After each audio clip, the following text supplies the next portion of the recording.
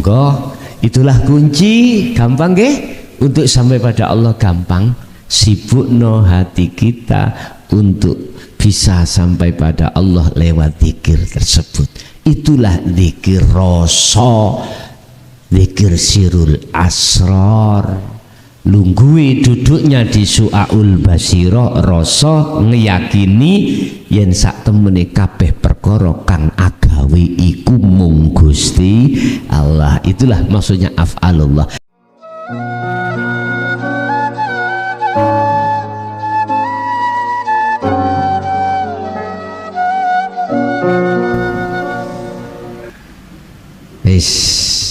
Bapak Ibu hadirin, sebagai pertemuan perdana nggih, kita habis 2 bulan nggih.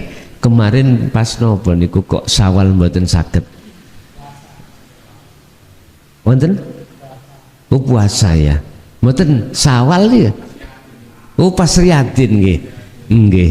Dadi nggih mohon maaf, biasanya kula nek mlebu Syawal niku kula mulai bakda kupat, Pak.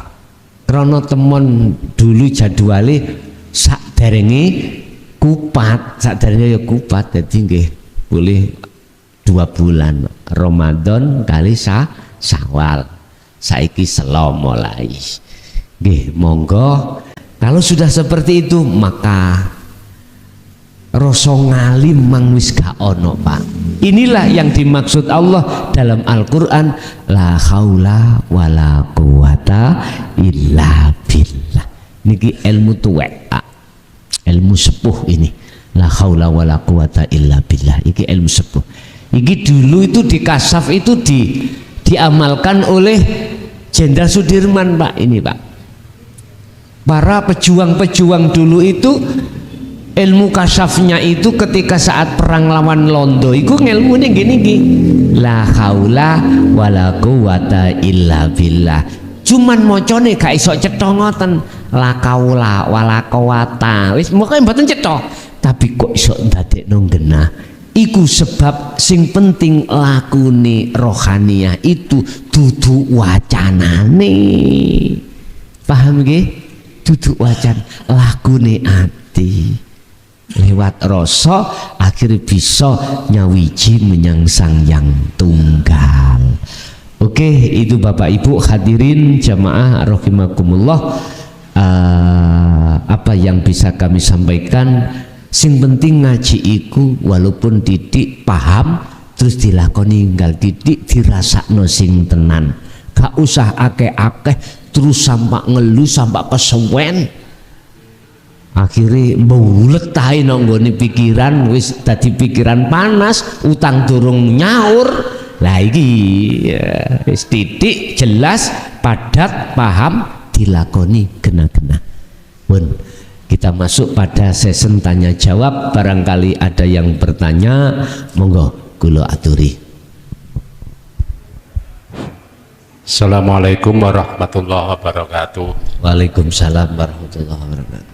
Menyimak saking judul kalau wau tentang permusuhan manusia. Permusuhan manusia niku dilihat dari sejarahnya wonten mulai ke Nabi Adam ya. Nabi Adam, sejarah permusuhan, pertikaian, pertumpahan darah sudah ada sejak dahulu, dimulai dari Nabi Adam dan iblis di surga. Lalu dilanjutkan oleh kedua keturunannya, di antaranipun para nabi dan rasul. Para nabi dan rasul tidak ada yang tidak punya musuh. Semuanya punya musuh. Semuanya punya musuh. Ayyuhal hadirun kang kula hormati. Dari situ kok terjadi adanya musuh? Siapakah yang membuat musuh itu? Apakah dari hati nurani kita sendiri, ataukah memang yang disampaikan dari iblis yang menggoda manusia dari samping kiri, samping kanan, belakang maupun depan? Pertanyaannya nggih menika ngeten. Wau disampaikan bahwa agama tauhid tidak lain adalah agama Islam. Inna dina indallahi Islam. Sak temene agama sing diridhoi Allah tidak lain adalah agama Islam. Menyimak saking niku wau, selain Islam Tuhannya niku ternyata tidak esa. Mau disampaikan Gus wau, tidak esa. Ada Sang Hyang Widewasa, Sang Hyang Buddha, atau di dalam agama Kristen enten Tuhan Bapa, Tuhan Ibu, dan Ruhul Kudus. Mereka menyatakan Tuhan saya adalah Tuhan Esa. Esa adalah satu, tetapi toh dalam prakteknya mereka itu Tuhannya lebih dari satu. Yang satu hanya Islam kemawon. Nah, dakwah para nabi dan rasul tidak lain adalah yang paling utama adalah untuk kembali menyembah beribadah kepada satu Tuhan, yaitu Allah Subhanahu wa Ta'ala. Nah, pertanyaannya, mereka yang di luar Islam, ataukah memang Islam masih remeng-remeng, semua agama itu sama? Padahal keyakinan kita tidak. Agama sing paling bener, sing paling diridhai Allah adalah agamaku, agama Islam.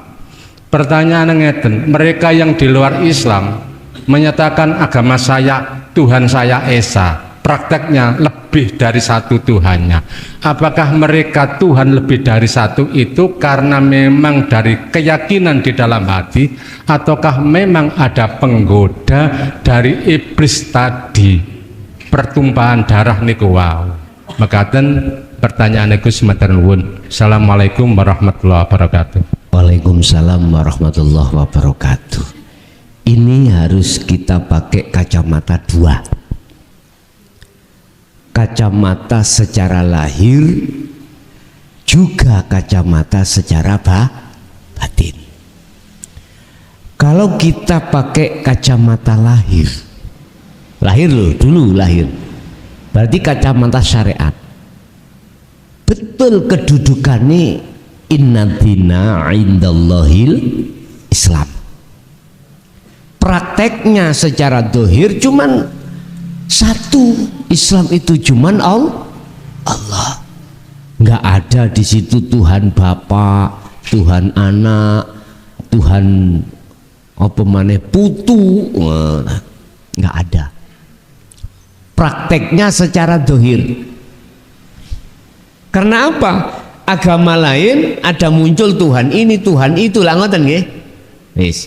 Kalau kita melihat dari kacamata lahir, memang benar apa yang jenengan dawuhake kala wau, dan itu pun keluarnya dari Al-Qur'an, inna dina indallahil, agama yang diridhoi di sisi Allah adalah agama Islam.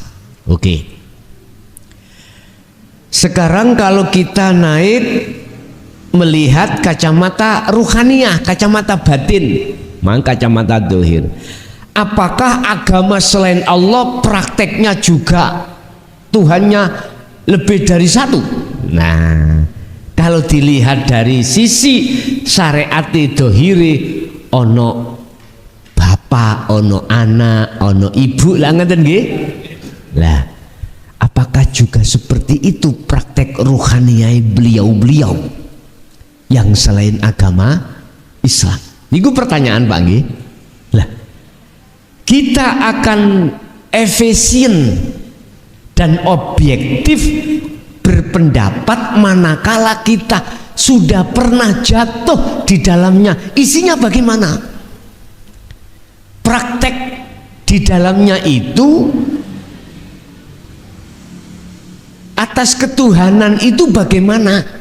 Bagaimana mungkin kita akan bisa memberikan pendapat atau hukum wong kita belum pernah tahu di dalamnya itu apa benar Tuhan Bapak itu namanya secara fisik Bapak itu, anak itu, ibu itu, apa begitu?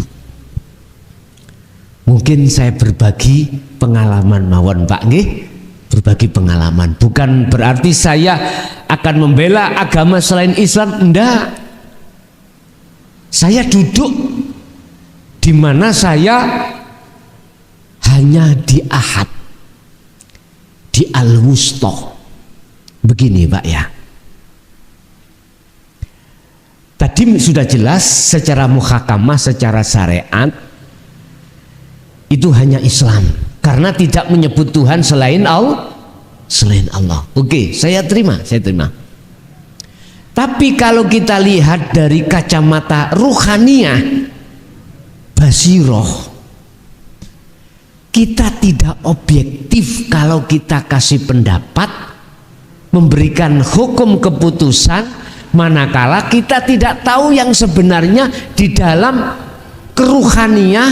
keruhaniannya mereka-mereka yang di luar agama Islam. Mungkin kalau kula boleh berbagi pengalaman mawon Pak, ya. Tapi pengalaman apa yang kudapatkan nggih pun nek pancen munggo sampean salah ya ojo ditiru, ojo. Pun secara hakikat lewat surat apa itu yang menyebutkan begini Pak, wa zuyyina linnasi hubbus syahawah minan nisa wal banin wal qanatiril muqantarah. Coba nanti di cross check iki surat apa. Iblis iku, nafsu iku maes-maesi atau mengridu ruhaniyah kita umat Islam khususi dengan apa? Hubbus syahawah. Hub iku cinta, asyahawah selain Allah. Supaya apa? Bersukaria ruhaniyah kita dengan hubbus syahawah. Sebab nek wis ruhaniyah bercinta terhadap itu, maka hukum hakikatnya kita ruhaniyah telah menuhankan selain Allah. Mohon maaf ya, ini kacamata hakikat, bukan syariat. Contoh saya, dengan ilmu ini aku alim, dengan alim ini aku merasa wong sing mulya, dengan rumangsa wong mulya mesti kula nganggep jenengan isorku luwih apik aku katimbang jenengan. Kalau saya sudah terjebak di dalam rasa ngalim, mohon maaf Pak, estu mohon maaf, saya hanya memberikan nasihat terhadap kita yang saat ini di dalam diri itu rumangsa ngalim sebab ilmu nih. Padahal sudah jelas ilmu sifatnya siapa? Sifatnya Allah, sifat wajib itu masuk di dalam sifat ma'ani, kudrat, irodat, ilmu, hayat, sama, basar, kal. Loh, nek wis iku sifat wajib Allah, nggak boleh makhluk itu merampas sifatnya Allah. Lawane ngalim bodoh. Iku sing dadi sifat wajib kita sebagai manusia. Lah enggak kula rumangsa ngalim. Loh, inilah Pak, saya berarti telah menuhankan ilmu itu secara hakikat. Tapi saya tidak merasa menuhankan. Kula mungkin di cross check ya, sempat kula niki tangkret dan dijawab wis gampangane diseneni nangone pondok Ringin Agung Mbah Yai Khazin. Kula niku dilokno ngeten Pak, hak nih son Allahmu iku wakeh. Lah bingung sih Pak kula niki, Allahku wakeh iku ya apa? Nek Allahku iku ahad son, nek Allahmu iku wakeh. Bae, pertanyaan ngene bikin rambut kula cepet putih gini iki Pak. Nggih. Kok iso ya Allahku wakeh iku ya apa? Bapak Ibu, beliau akhirnya mengurai maksud Allahku, Tuhanku iku wakeh. Ngene. Nyun sewu ya. Ya niki wis hubbus syahawa pertama minan nisa, wong wedok.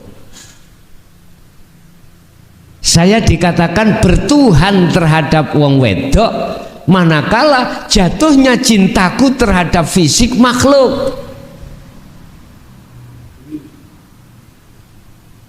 Akhirnya piye, Pak? Ya sekemola ditinggal wong wedok iku, itu tak cintai, ngalor ngidul. Tak pertaruhkan jiwa dan raga juga harta. Gitu ya. Wis. 2 wal banin, anak. Jatuhnya tresnane atiku terhadap anak. Wal qanatiril muqantara, dunya brana termasuk status saya sebagai wong sing ngalim. Aku nek kelangan iku susah, Pak.